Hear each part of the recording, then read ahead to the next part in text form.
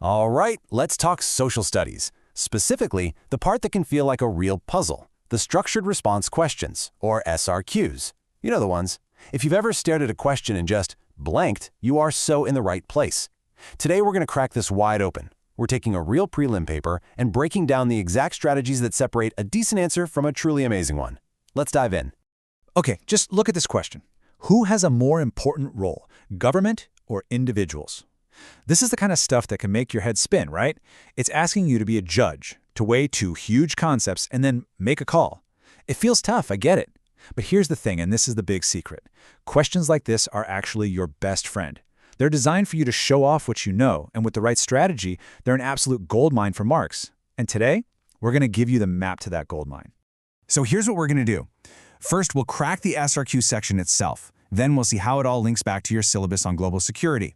We'll deep dive into question 6 on proposing strategies, then take on question 7 about making judgments, and finally we'll pull it all together into a blueprint you can use every single time.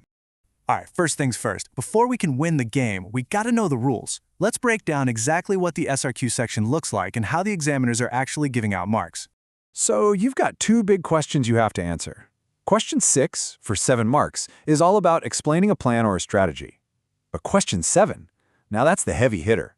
It's worth 8 marks, and it asks for more. You have to explain 2 different sides of an issue. And then, this is the key, make a judgment call. You see that extra mark? That one little point that takes you from 7 to 8? That's all for your final conclusion. It's a big deal. So, how do they decide who gets 5 marks and who gets 7? Well, it's not magic. They use a system called LORMS. Honestly, you should think of LORMs as the examiner's secret playbook. It tells them exactly what to look for. It's not about just listing facts. It's about how deep your explanation goes. And if you understand this playbook, you know exactly how to climb the ladder to those top marks. Okay, next step, and this is a big one. These questions don't just come from nowhere, right? They are tied directly to what you've learned. Every single SRQ is linked to the syllabus, and your first job is to play detective and find that link. And for the questions we're tackling today on self-radicalization and cyber threats, bam! They link straight back to Issue 3, being part of a globalized world. See that key understanding there? Globalization impacts security. That's our key word. The moment you make that connection, you're already on the right track. You start thinking with the right vocabulary, the right examples. Basically, you're speaking the examiner's language. Okay, enough theory. Let's get our hands dirty. We're going to take question 6 from a real prelim paper and dissect it piece by piece to see what a top-tier answer actually looks like. So, first step, always, we break down the question. What are the command words here? We've got how, so we need a process. We've got reduced, so we need to show a positive outcome. Explain, not just list. And the big one, 2 strategies. This tells us we need 2 fully developed points. Just naming a couple of ideas isn't going to cut it. The real marks are hidden in the how. How do these strategies actually work? And here's that LORMS playbook again, this time for question 6. Look at the path to getting all 7 marks. Level 1, you just kind of talk about the topic. Not great. Level 2, you name a strategy. Okay, better. That gets you into the middle. But to hit that top tier, Level 3, you've got to explain how the strategy works. That how is the magic word that unlocks the 5, 6, and 7 mark range. So how do we build that perfect Level 3 answer? We use a super simple but incredibly powerful framework called PEEL. Let's start with P for point. This is your first sentence. It has one job. Answer the question directly. No waffling, no long intros, just boom. Here's one way. Next up is E, for example. You've made your point, now you have to prove it. You can't just say encourage understanding and walk away. You need to drop some real-world knowledge. Mentioning specific groups like the IRO or the Harmony Circles shows the examiner you've done your homework. It gives your point weight. And now we get to the last and honestly the most important parts, the second E for explanation and L for link. This is where the magic happens. This is where you connect all the dots. So what if there are youth camps? You have to explain how that helps. Well, when people meet and respect each other, it makes it harder for extremist ideas to take hold. You see?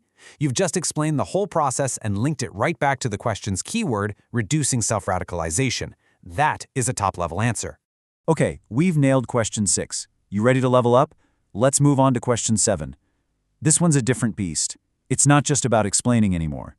Now, you have to be a judge. You've got to look at 2 sides of a story and make a final call. Look at the wording here, more important role. The question is literally forcing you to choose a side. You can't sit on the fence and say, oh, they're both important. I mean, they are, but that's not what's being asked.